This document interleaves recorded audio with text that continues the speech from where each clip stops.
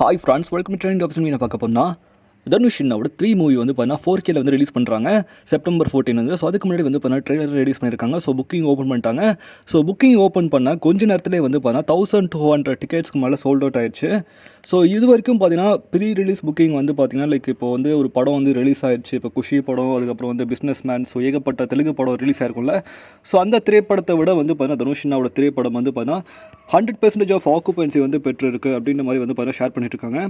ஆக்சுவலாக வந்து பார்த்தீங்கன்னா முராரி 4K இருக்கட்டும் சரி, ஸோ ஏகப்பட்ட படங்கள் வந்து தெலுங்கில் ரிலீஸ் ஆயிருக்கலாம். ஸோ பெரிய பெரிய ஸ்டார்டம் இவங்களாம் வந்து பார்த்தீங்கன்னா பவன் கல்யாண், மகேஷ் பாபு, ஸோ இவ்வளோ பெரிய ஸ்டார்டம் உள்ள ஒரு ஆக்டர்ஸ்லாம் அவங்களோட படம் ரிலீஸ் ஆகுது அப்படின்னா கூட அந்த படத்தை விட தனுஷினாவோட 3 திரைப்படம் வந்து பார்த்தீங்கன்னா ஃபாஸ்ட்டாக வந்து பார்த்தீங்கன்னா 100% ஆஃப் புக்கிங் வந்து ஆகியிருக்கு. ஸோ அது வந்து பார்த்தீங்கன்னா பயங்கரமாக ஷேர் பண்ணி தனுஷ் ஃபேன் செலிப்ரேட் பண்ணியிருக்காங்க.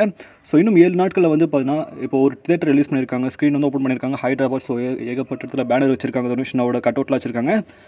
ஸோ தனுஷினோட 3 மூவி வந்து பார்த்தீங்கன்னா மேசிவான பிளாக் பஸ்டர் ரிலீஸ் ஆகி கூட வந்து பார்த்தீங்கன்னா ரெக்கார்ட் பிரேக்கிங் பண்ணுது, ரெக்கார்ட் மேக்கிங் கூட சொல்லலாம்.